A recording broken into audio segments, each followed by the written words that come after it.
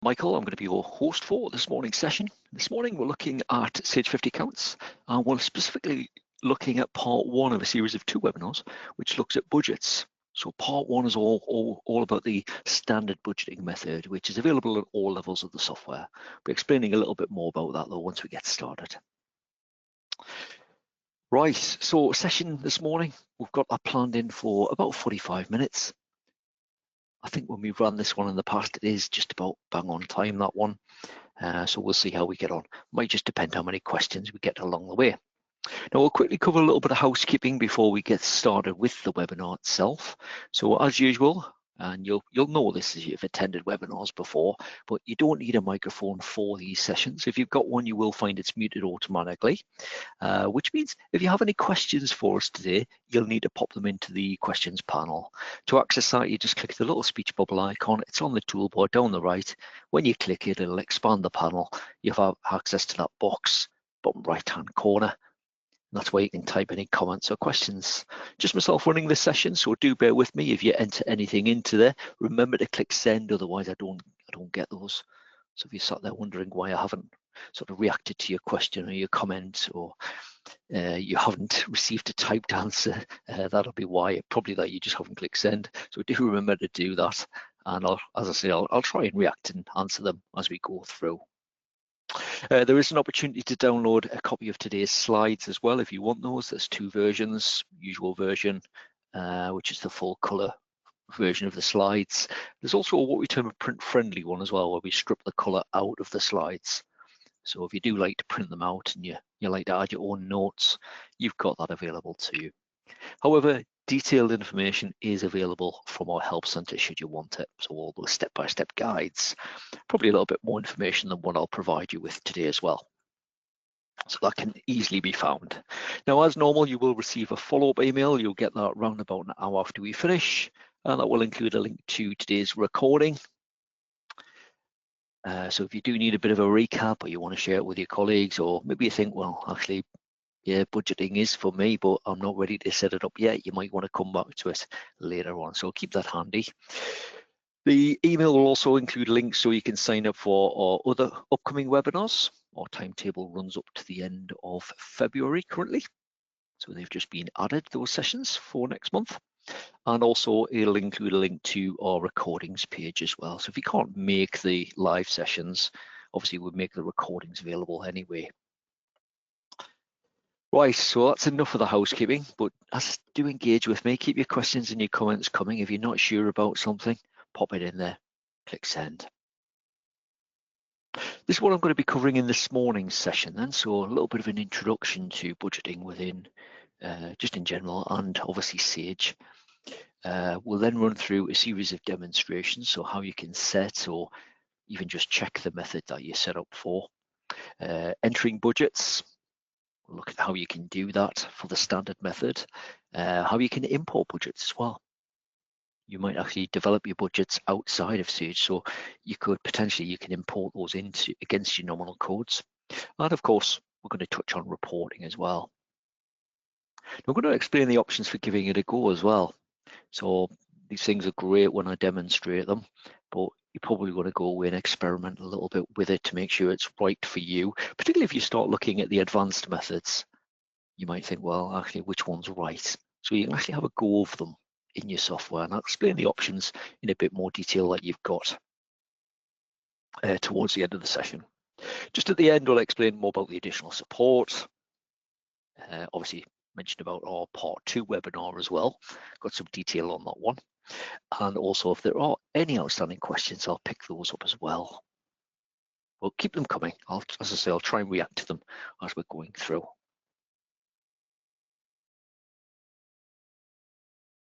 Right, so budgets. So let's get started with it. So just as a bit of an introduction, the idea of, I suppose, budgeting is setting some sort of goal, some sort of target, something that you're trying to adhere to. And it's basically used in Sage to help you monitor your income and your costs. And obviously it can be used to assess the profitability of different areas, whether you're just looking at sales, or maybe you just want to look at how your costs, your sort of overheads are performing, how they're tracking against your set budgets. So you can do that sort of thing. Now, there are two types of category for budgets in CH50 accounts, the standard and advanced. Now the standard, which is against nominal code, and that's what we're going to concentrate on today's session, that is available in all what we term all variants of CH50 accounts. Now by variants, just in case you're wondering, I mean by that the different levels of the software. So there's essentials, the standard, professional, and also if you are an accountant, there is what we term the client manager level of the software, which is equivalent of the professional level. It's got a few tweaks in for accountants though. So standard, which is what we're covering today, it's all levels of the software. Advanced is only available, or I should say it's not available if you are on the essentials level. So you need to be on the standard, professional, or client manager to have access to the advanced options. There's three options available for advanced, or three methods.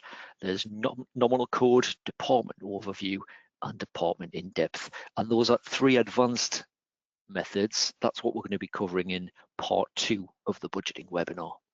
So I'll tell you more about that a little bit later on. Now I have included some links on the various slides. So we've got one there, budgeting in departments. Budgeting in departments tend to go hand in hand. People have the same sort of queries on the sessions. So they're quite closely linked. So if you are involved in budgeting, you tend to find departments is not that far behind. So we got articles within our help center which sort of touch on both areas. Just going to concentrate on the budgeting methods today though.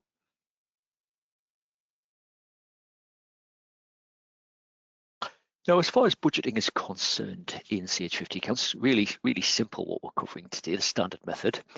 Basically, you'll go into settings, company preferences, you've got the budgeting tab. You may have different tabs at the top of yours compared to this screenshot that you can see. I'll show you that live in the software in a moment.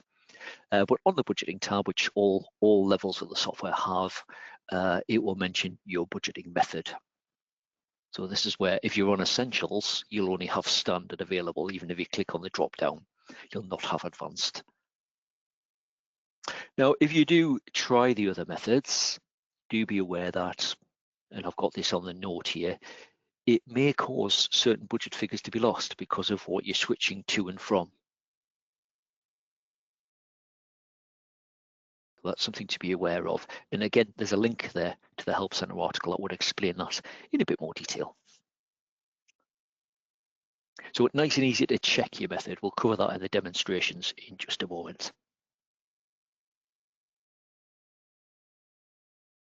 Now, the standard method that we're looking at today, it is the default method, which, as I mentioned a few times already, it's available on all levels of the software.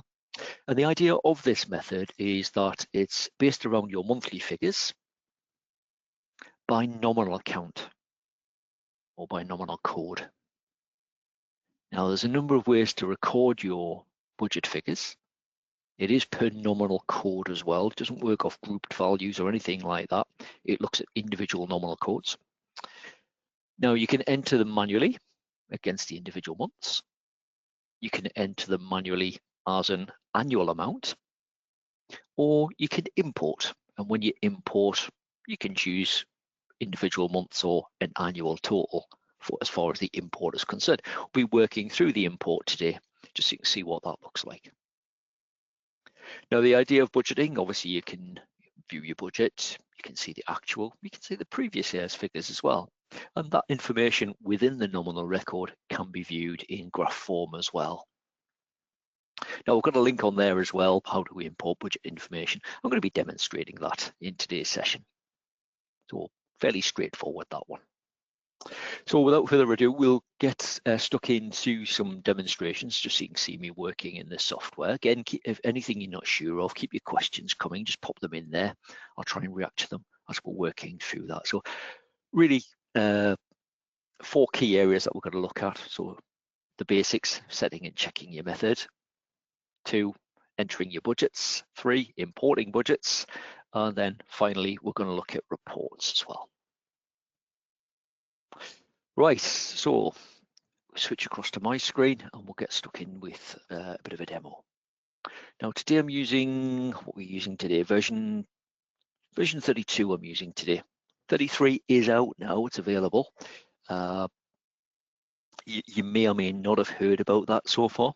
It's again a staggered rollout, so it just gives you a chance if you need to contact our support team of getting through to them. If anyone wants to jump ahead and sort of get that and download it and install it before they would otherwise be prompted, you can do that just by visiting our help center. If you go to the install area, you'll find the appropriate links. But I'm using version 32 for the purpose of this demo. Now, as far as setting and checking your method is concerned, nice and easy. You're going to go into settings at the top of the screen there, down to company preferences.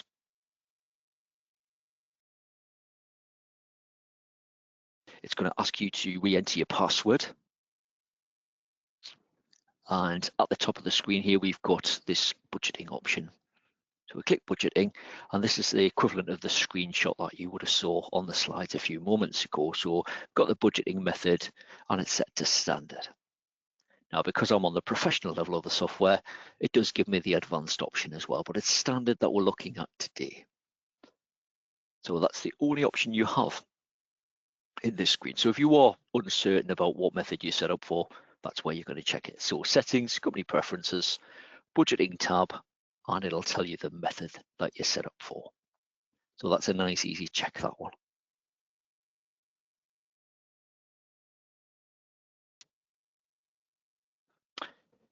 Right, next, we're going to look at how you go about entering budgets and where they're actually held in your software. So they're all held against individual nominal codes.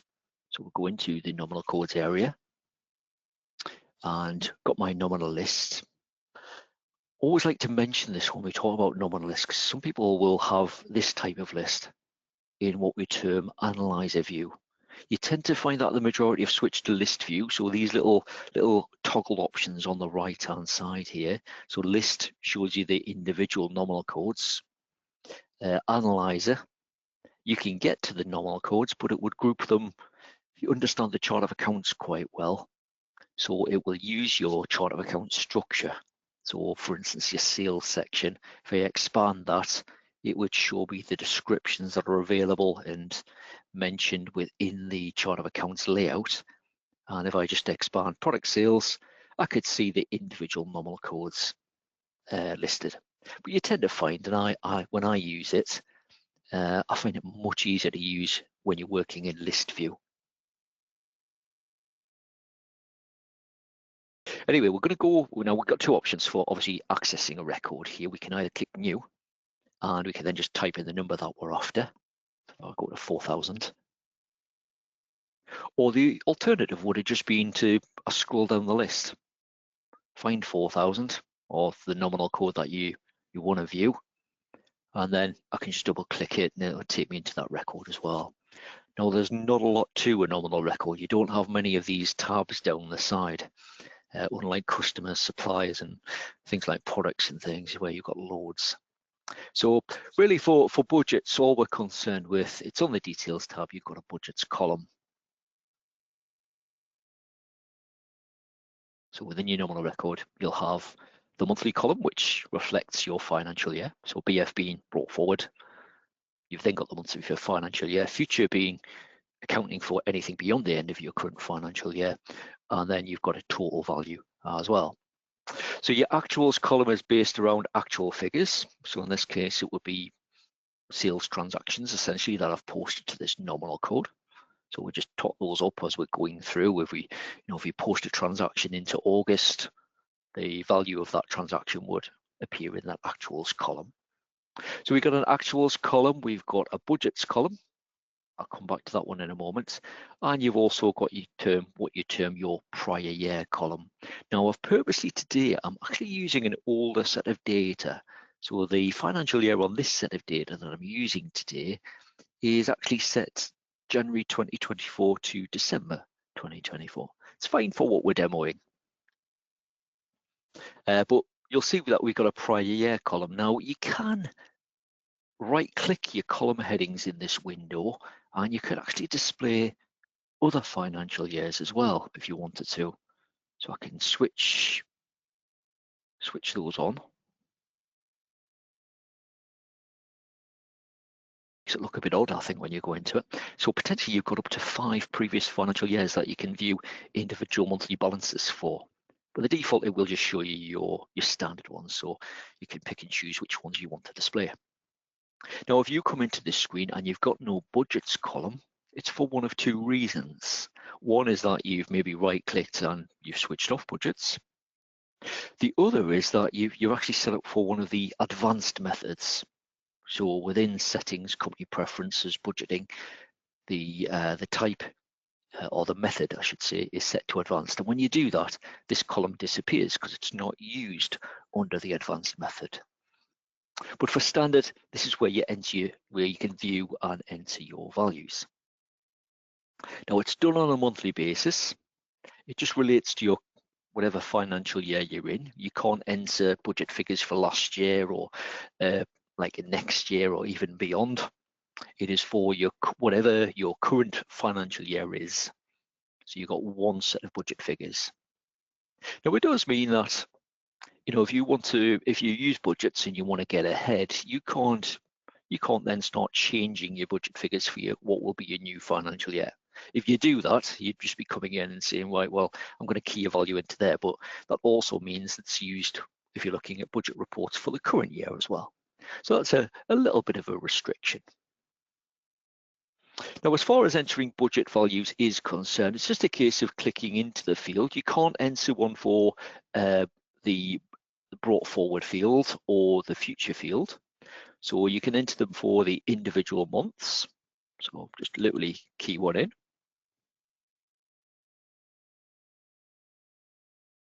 Or I can just press the tab key to move between the fields as well. If you press, hold down your shift key and press tab, it'll go in the go in reverse to tab between the fields. So I'll enter 2000 in there. And again, it would just be continuing down, entering those budget figures. So nice and easy. Now, once you do that, it will create a total for you. It will just add that up automatically. So whatever values you got in here, that's your total at the bottom. So it's nice and easy to enter that, and it could be as simple as that's it. Save it, and you can update them at any time. They're not set in stone, those values. So if I want to call up that account again, 4,000, I can come in and, you know, if I wanted to, I could change that to whatever I want. The other way you can enter a budget value is by just clicking against the total. Now, if I overwrite the figure that's there, so I'll just do 12,000. And when I press the tab key, I'll get this prompt saying you've entered a total budget value. And it then says the program will distribute this total evenly across the individual monthly budgets, overriding any existing values. So the ones I've already keyed in, they're going to be overwritten. It's going to look at this, whatever the total is I've keyed in, it'll divide it by 12, and it'll pop the values in against the individual months. So it just prompts you there, are you sure you want to set a total budget in this way? So if I choose no, I'm back to where I was. It just resets that. But if I do that again, tab, bring up the menu, the message, and this time if I click yes, you'll see what it does. Again, that total divides it evenly between the 12 months, and you've got that value in there. Now, it might be that you start that way. You can't just have a total budget. It needs to divide that against the individual months. That's, again, something to be aware of. But even though I've done it that way, I can still, if I want to, I can come in and I can start overriding values.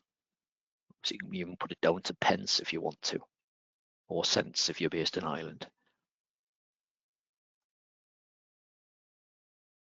So it's up to you. And again, it'll just, as you change the values, it will override the total at the bottom there. Now, if you've got values there and you're thinking, I'd just like to wipe those out, you could use the same method. I could go down and I could just say, right, I want to zero that one. Tap down the next field, zero that one. Or alternatively, I can go to the total. I click in, type in 0 as the total, press the tab key. I get the same message saying I've entered a total budget value. And if I click yes to the prompt, it'll divide 0 evenly and add whatever it works it out to be. It'll add that to each month. So in this way, it's a good, nice, simple way of just zeroing out your budget figures in an individual nominal code. I'm just going to key that back in, and I'll divide it evenly again. So I'll click yes, and again I'll change one of the values, and then I'll just save it.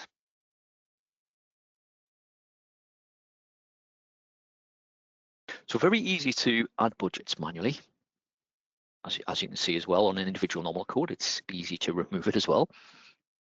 You've got another method of doing that, of essentially keying in the values, so resetting them. If we go to Tools and Global Changes, there's an option called Nominal Budgets. And you can use this little wizard to establish budgets or even to wipe them out. So if you think, right, well, we've dabbled with budgets in the past and we just want to sort of almost like wipe the slate clean, start from scratch, you can come into here and choose Nominal Budgets, click Next. It'll list the various nominal codes. Now you can either go down and highlight the ones that you want to change the budgets for, but if you just want to wipe them all out, so you just think, yeah, let's start from sort of fresh, you can click Swap to highlight everything, which is essentially your full nominal ledger then. I click Next. You've got various options when you're working global changes. But the easiest option if you want to wipe them out is to say, right, I want to give the figure, and I'll just leave the value set to 0.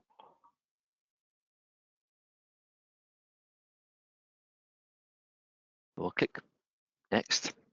It'll show me all of the individual nominal codes and each month. So my very first nominal code, 0010, it shows that. It'll show the months 1 to 12. It'll then pop onto the next one, and it's showing what the existing value is and what the new value will be. So if let's get down to about 4,000, a bit too far. So where I did have some existing values, you can see that, up to the top. So month 1, it was £1,000. Because of what I've just done there, it's going to set it to 0. This one's £5,000. It's going to set that to 0. I can print this list, I can send it to Excel. But if I was happy with that, I could just click Post. Tells me the changes can't be reversed. Are you sure? So yes to that. And if we go back into 4,000,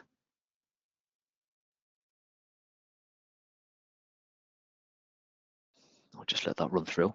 You might be able to see it flickering there, just well as it's working through there. But that's a way of it wiping out those essentially those budget values. So you've got a couple of different methods. You can use it to set your budgets that way as well, or even to adjust the figures.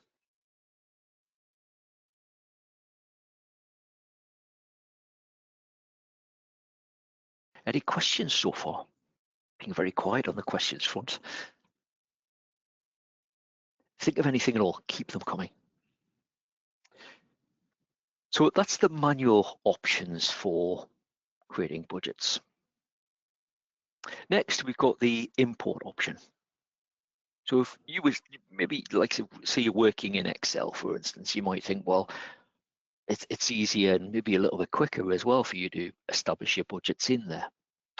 Now you can import your budget figures, and you would import them via the nominal record option. You do that by going into File, down to Import. Now import is what you would term an exclusive program request. So it means that to import, you've got to have other users, if they're logged into your company, you've got to have them log out. Otherwise it'll say you can't do this. But File, Import, I'll just click yes to confirm that, and it'll open the data import wizard. Now, if you've never used data import before, it can be a great time saver. It's worth, or always think, even if you've never used it before, have a bit look at import, see what it can do. And going forward, you never know, you might just spot that opportunity and think, hold on a minute, rather than key those in, could I import that? It might save you a bit of time here and there. It can be a big time saver, particularly when you're setting up new information, whether that's importing customer records, suppliers, maybe new product ranges, but it can be used in this case for budgets. Now, I'll come back to working through step by step in this in a moment, but on the information that you can import, you've got an option here called nominal accounts. Now, you might think of this as being used for importing new nominal records. Very few people have ever used it for importing new nominal records, but this is the option you would use for importing budget figures. I'm going to show you what that looks like. I'll just cancel out for the time being. And I'm going to go onto my desktop. And I've got two files here. One is the templates. So this one here. This is the template that I've downloaded, the import template. If I open that, just so you can see what that looks like. Let's bring it across so you can actually see it. Might help. So this is a template that's provided with your software by default. I'll show you where you can access that in a moment as well. So it's got your relevant headings in there. Now there's not a lot to the a nominal record import. So basically you would have the nominal code.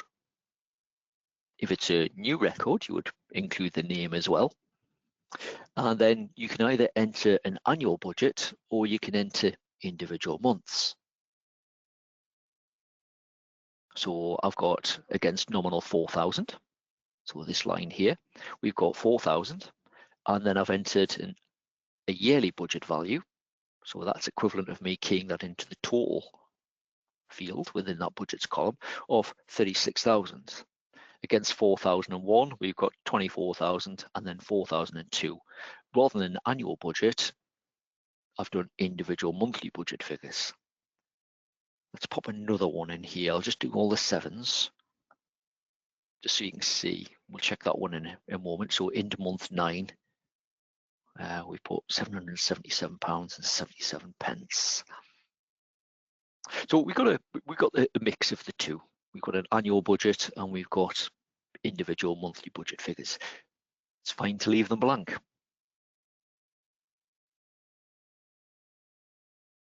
And I can just save that. Save those changes. If you want to use your own file, which you may have been sort of building your budgets and then thought, actually, I didn't even realize there was a template available. It might be something as simple as this, where you say, right, well, nominal code, you might have a couple of headings at the top, nominal code and budget. And you're just a case of popping in the appropriate nominal code value. And you can either do a total, or again, you could set up months. We do M1, M2, M3, and then put the relevant values against it, and use that file to be imported. I'm going to change this one to 1200. It's a nice round figure for annual, and I'll just close out and save the changes. Right, so I've got the two. One is the template, and one is just my own file that I've knocked together. Right, so let's go back to Sage and we'll quickly work through the import routine.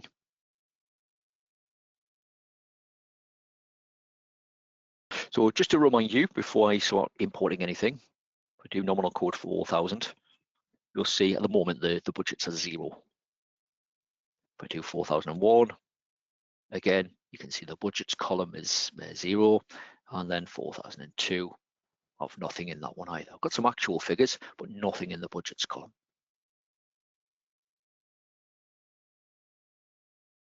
Now to import, we're going to go to File, Import. Let's get yes to the prompt to launch the data import wizard.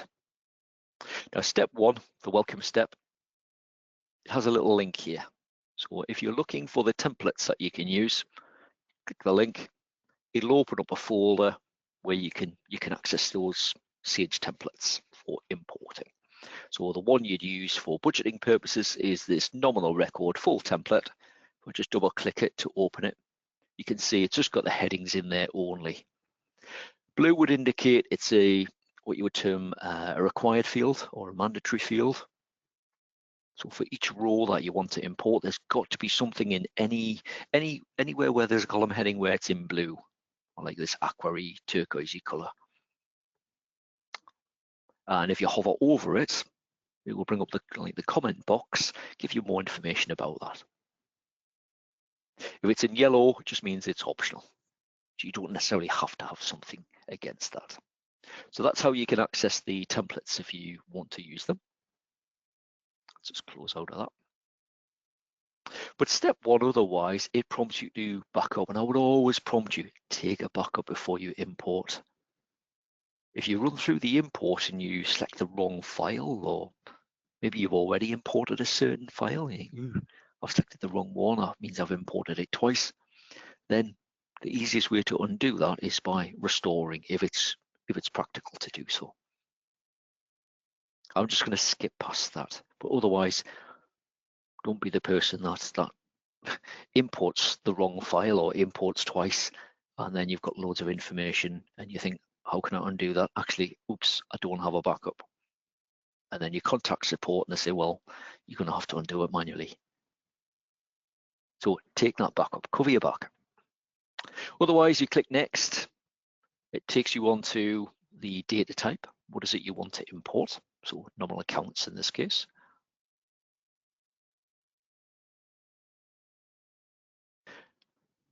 Step 3 is the data source. So mine is an Excel file, obviously CSV, a bit more traditional, historic, where CSV would be used to transfer between, I suppose, different databases. But these days, Excel, much easier to use. So Excel worksheet, I'll then browse for the file. So mine are both on the desktop. So I'm going to start with the template, the one that we were looking at a few moments ago. So I'll browse for that one. Now, does my file that I'm importing, does it contain headings at the top? So mine does, so I've got the box ticked. And then we click next. Now, if you've got if you're using an Excel file and it's got multiple tabs within it, you will get an extra drop down here that says, right, which tab contains the information that you want to import.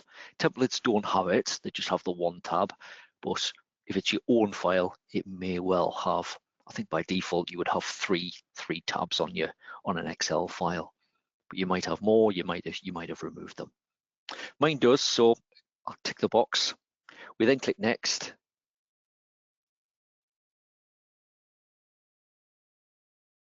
Now, when we go into next, it takes us on to the step 4, and it's the field mappings option. Now, these are the fields that you can import into. Because we've used the templates, the column headings in the template have got the same names, fortunately, so it maps it for me.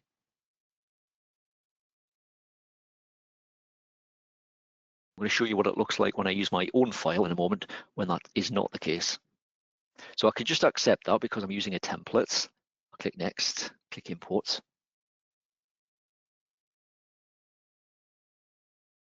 We should do 2 passes, one to read the information and validate it. And if it's right, it'll then do pass 2, which is when it's writing the information and those changes into your accounts.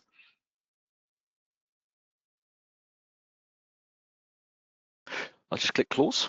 And if we now go back to nominal codes, and I'll go into nominal 4,000, you'll now see that total that we had, the 36,000, which was imported, that has been divided equally between the individual months. It's done that automatically for me.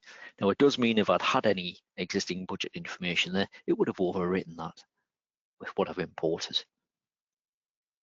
Now, even after importing, I can still click and I can say, well, actually that one, I want to be 5,000. So you can update your budgets at any time. And when you're done, you would just save it. We do 4,001. You can see the 24,000, which we had as a total. It's imported that one, and again, divided equally. And the other one was 4,002 in the example. And you can see for that one, we didn't have a total. Instead, what we had was we had the individual monthly balances. So that's posted that against those relevant months, including that £777.77, which I put against September. So it's imported that as well. But again, I'm still in the same position where I think, right, well, I want to value against that one, and I can just continue tabbing between the fields. And the imported values, I just think actually I'm going to round that up to £800. We can override them and change them. So it makes it really simple.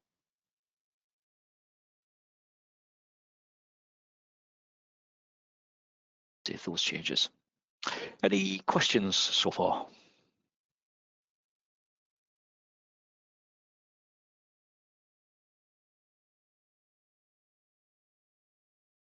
Now, a lot of you will have a year end, which is obviously at the end of December. So possibly you're just going into your new financial year.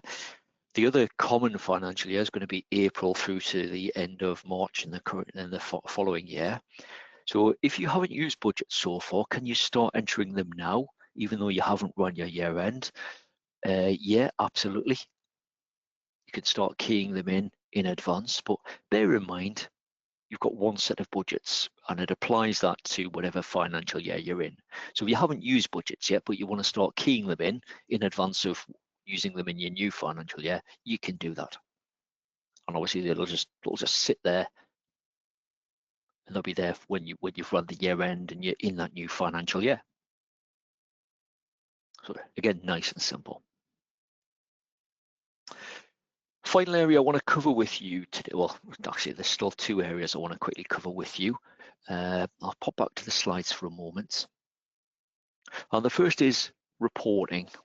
Now, with any budgeting method, you're always going to want to report on that. So you've got a number of options. Yeah, you could just look at those values within the nominal record itself. It shows you your relevant month, it shows you your actual figure, it shows you your budget figure. You can easily compare that. You can send that information to Excel, but that's done on an individual nominal code basis. You do have a series of reports within your software though. So the key ones are your comparative P&L, your variances, and the others within reports, and then you've got a nominal budgets folder. You've got a number of resources available as well to help you find reports, not just for budgeting, it could be for anything. So I suppose one of the most common bits of feedback we receive or common queries receive is, which report do I run for this? Where do I find that report? And that's the whole point of these resources, to help you, or hopefully help you identify which is the report you're after and where you'll find it within your software.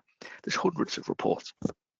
I probably don't have to tell you that. There's hundreds of them, which is why sometimes the difficulty in reporting is actually finding the one you're after. So let's have a quick look at some of the reports you do have available to you. So back to my screen.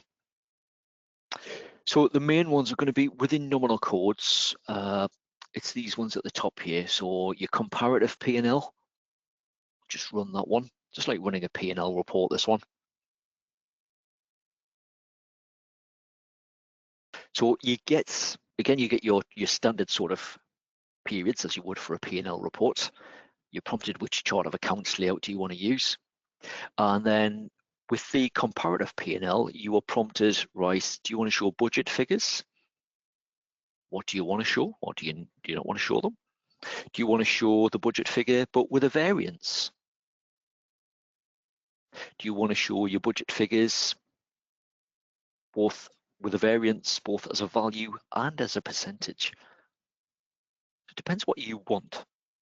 You've also got prior year values available on here as well, which I'm going to choose do not show, just so we can concentrate on the budget values.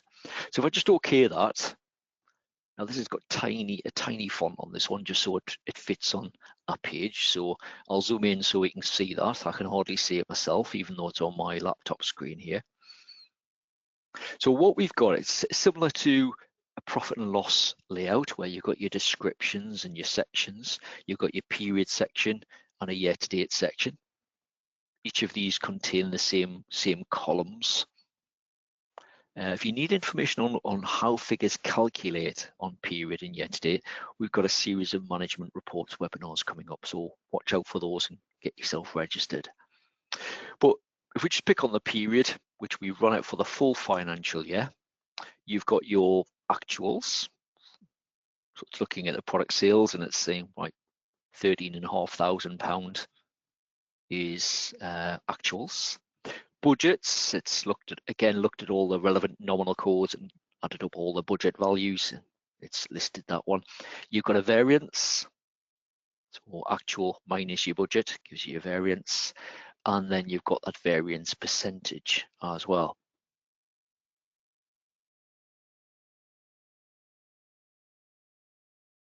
You've got similar, again, you've got the same sort of calculation for year to date.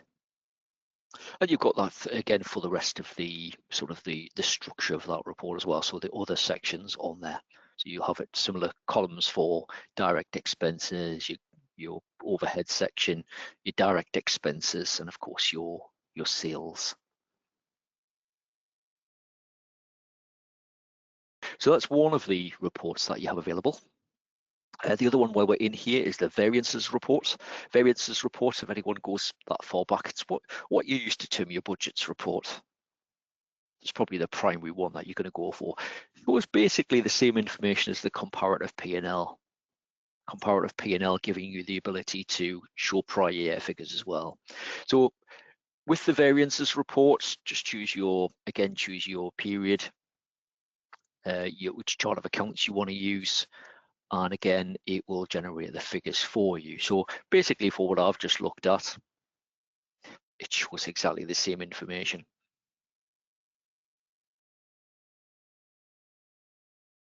If you need any advice on how figures actually calculates, then obviously do let us know. The ratio on this one, just in case, we always get questions on this one, the ratio percentage is always whatever the value is as a percentage of total sales. So 13,500 as a percentage of 13,500 total sales is 100. Coming on to purchases, you've got 3,000 as a percentage of total sales, gives you your 22.22%. So if you're wondering where that ratio figures come from, it's whatever the value is as a percentage of the total sales value. It'll do that down the rest of the report as well. So it does it for your direct expenses and any overheads that you might have entered as well.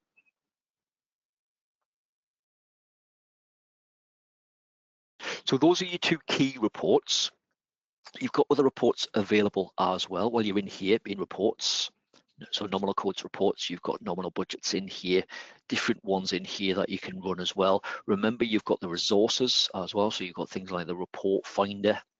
You've got the option within the help center as well. If you just search for which report, it'll bring up a similar tool for you where you can start typing in some keywords of what it is that you're trying to find.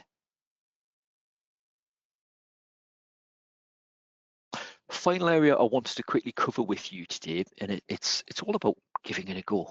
So you've watched the webinar today and you think, well, actually, I'd like to try that. You've got a couple of options in your software. Now, yes, you could just give budgets a go if you wanted to in your live data. But you do have demo data available, or demonstration data, I should say. But you've also got the practice data as well. Now, demo data's got loads of like dummy data in there, so dummy customers, dummy suppliers, products, invoices, transactions. Means you can have a bit play around with that. Practice data, you've got two options. One is it will start from scratch, almost like a blank company for you to play around with. But if you are on version 30.1 or above, you can actually restore a backup of your company, your standard backup. You can restore that into the practice company. It means that you can have a play around with that in the practice version, basing that around your actual copy of your data. So you can see what things would look like. So you don't have to go into the demo and think, oh, try and imagine what that would look like in your company. It means you can restore that into the practice company and have a go of it using a copy of your data. So it doesn't affect your live data, just lets you have a little bit experiment with it, just to see how it would work for you. Now, when you close out of the practice data, it is going to reset. So if you're thinking more long term and think, right, you try something and you think, right, I'll go for my lunch and I'll pick up where I left off. If you close out of the practice company and then you come back after lunch, you'll find again, you're back to where you were. When you go into the practice company, it'll say, right, do you want to start from scratch or do you want to restore that back up? So that's something to be aware of if you're using that practice company.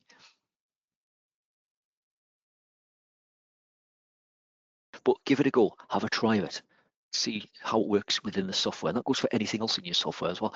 Give it a go. It's a great learning tool, that one.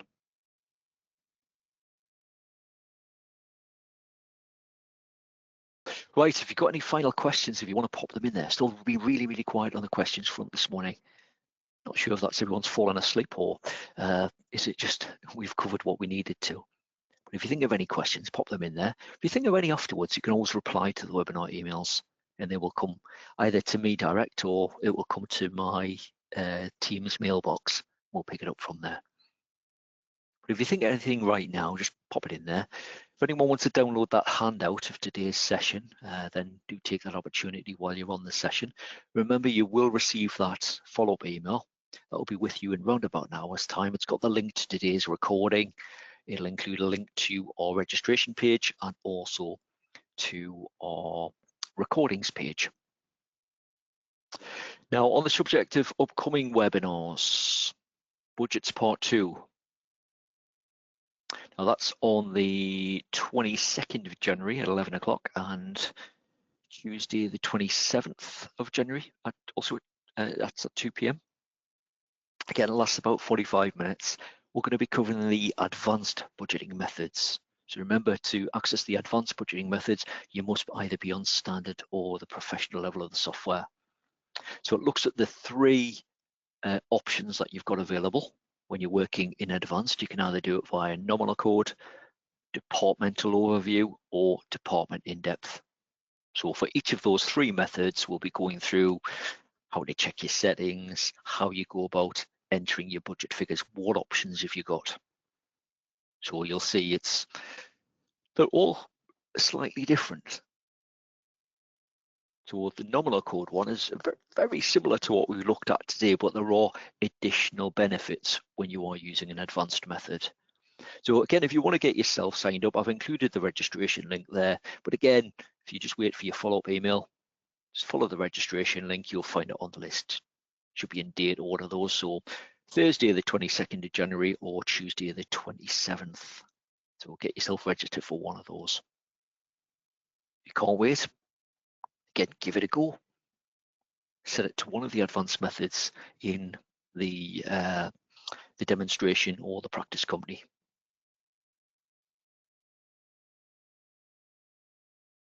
Right, brings us to the end of today's session. So hope you've enjoyed it, giving you maybe a bit of food for thought. I'm sure some of you are already using budgets and you're thinking, well, yeah, just got a pat on the back this morning, almost like a little bit of reassurance that your understanding was right. Others where you've never touched budgeting before, hopefully you're feeling a little bit more confident or have a much better understanding of what the capabilities are. But if not, give it a go. Any questions you think of, get in touch. Now, as you leave, there will be the usual survey that'll pop up. If you get a chance, if you could take a minute just to complete that, that's all we ask when you attend the webinar, so you can give us a little bit of feedback. We love reading those comments, what you thought. If you've got any ideas about what you'd like to see covered next, do let us know. Watch out for your follow-up email and do get yourself registered. So we'll end the webinar just at that point, and I hope to see you on part 2, if not some of the other webinars that we've got planned in as well. So do get yourself registered if you are interested. Have a great weekend and hopefully we'll see you early next week on some more sessions. Many thanks.